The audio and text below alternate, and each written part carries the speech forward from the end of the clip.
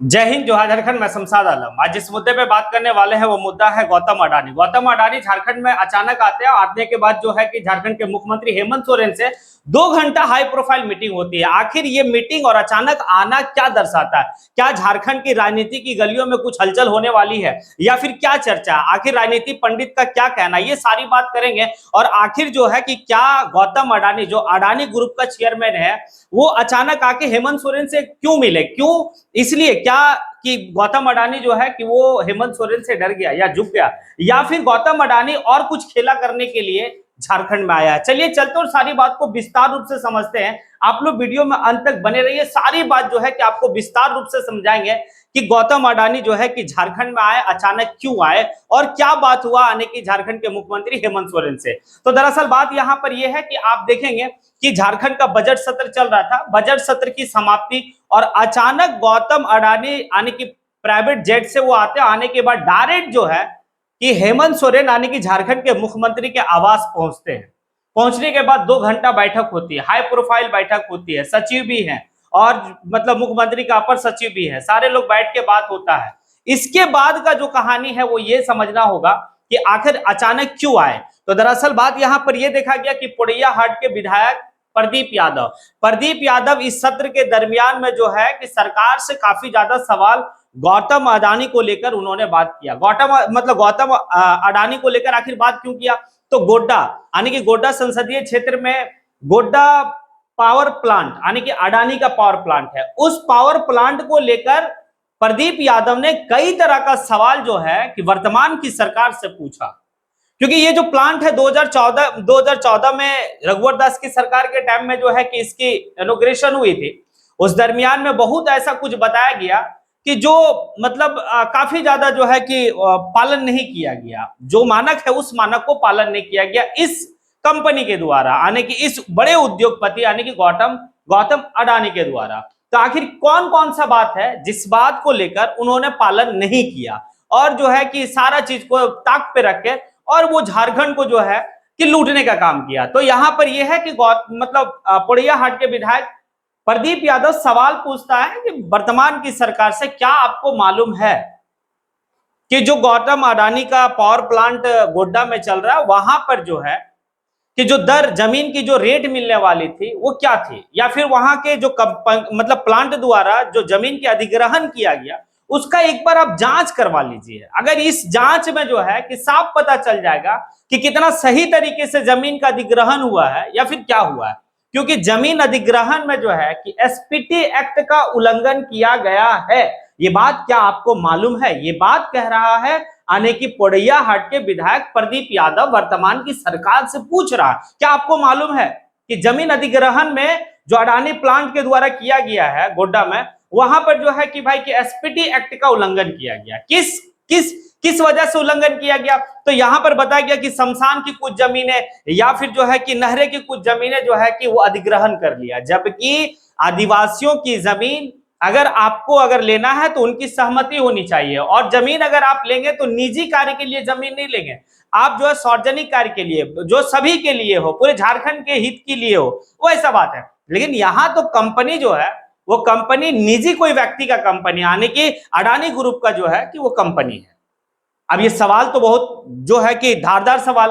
दूसरा सवाल कि जब ये कंपनी का स्थापना हो रहा था, जब ये पावर प्लांट की स्थापना हो रही थी, उस समय प्लांट के द्वारा गौतम अडानी के द्वारा इस बात को कहा गया कि जितना भी बिजली का उत्पादन होगा उसका 25% जो है कि उस बिजली को यानी कि झारखंड में जो है कि दिया जाएगा। 25% कुल उत्पादन का 25% जो है झारखंड को बिजली दिया जाएगा। लेकिन क्या ये बिजली झारखंड को मिल रहा है? ये सवाल है। क्योंकि गौतम अडानी का जो पावर प्लांट है गोड्डा में वो कहीं ना कहीं जो है बांग्लादेश को बिजली बेच रहा है।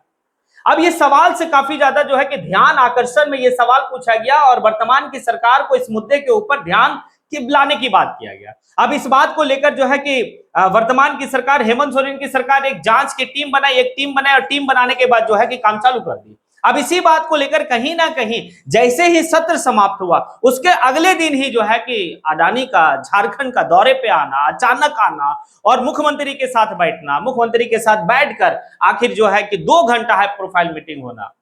क्या ये पोड़ैयाहाट का विधायक का पावर कि भाई दुनिया और इंडिया का सबसे बड़ा उद्योगपति झुक गया, या फिर और कुछ बात है? क्या कुछ और बड़ी प्लांट जो है कि झारखंड में गौतम अडानी जो है कि लाने वाले हैं, क्या उसी को लेकर जो है कि चर्चा वर्तमान की सरकार से वो कर रहे थे, या फिर और कुछ है? तो यहां पर और कुछ हम समझेंगे।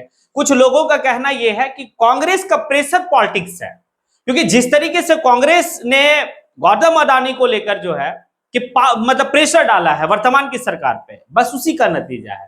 पोड़ैयाहाट का विधायक का सवाल जिस तरीके से पूछना, वो काफी अपने आप में जो है कि बेहतर है। देखिए, एक बात तो तय है कि आप अगर नेता अपना चुनते हैं, किस तरीके से नेता चुनते हैं वो आपके ऊपर डिपेंड है।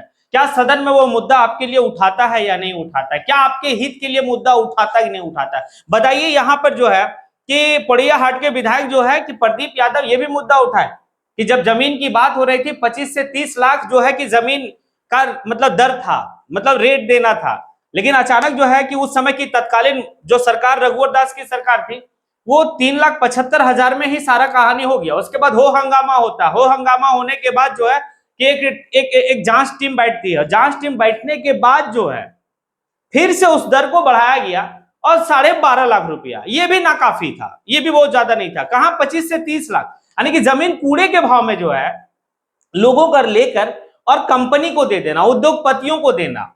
देखिए, एक बात तो है, तो ये बात तय करता है कि आपका विधायक आपका मुद्दा कैसा उठा रहा है।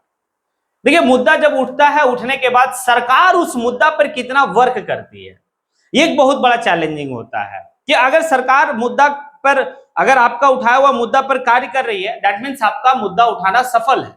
अगर आपने सदन में मुद्दा उठाया और सरकार का कोई ध्यान ही नहीं है आपके मुद्दे पर, तो फिर आपका चिल्लाना व्यर्थ जा रहा है वहां पे।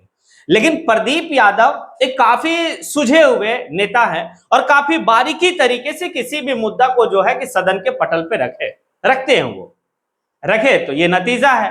अब इस नतीजा को एक रूप, और ये रूप तो समझ में आया कि प्रदीप यादव का उठाना सदन में और गौतम अडानी को झुकना झारखंड में आके, ये बात एक समझा जाए। दूसरी बात अब चलते हैं, क्या गौतम अडानी जो है यहां पर राजनीति का खेला बिगाड़ने के लिए या फिर कुछ और करने के लिए?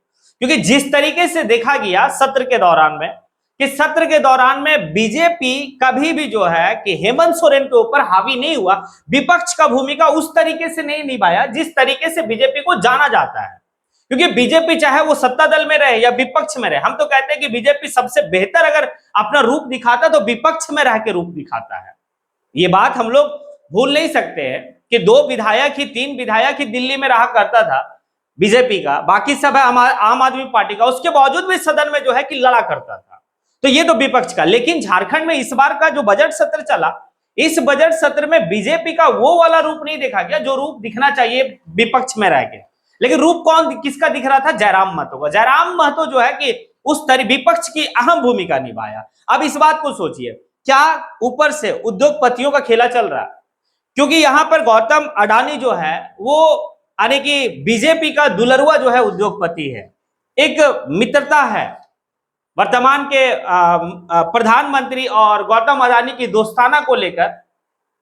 कांग्रेस के एक बड़े नेता राहुल गांधी हमेशा मुद्दा उठाते हैं कि आप अपने मित्र को कितना जो है कि आप माफ कर दिए हैं, कितना 1000 करोड़, कितना लाख करोड़ आप माफ कर दिए हैं, और आप जो है कि जमीन सस्ते दर में जो आप अपने दोस्तों को, उद्योगपतियों दोस्तों को जो है कि आप क्या करते हैं, मुहैया करवाते हैं।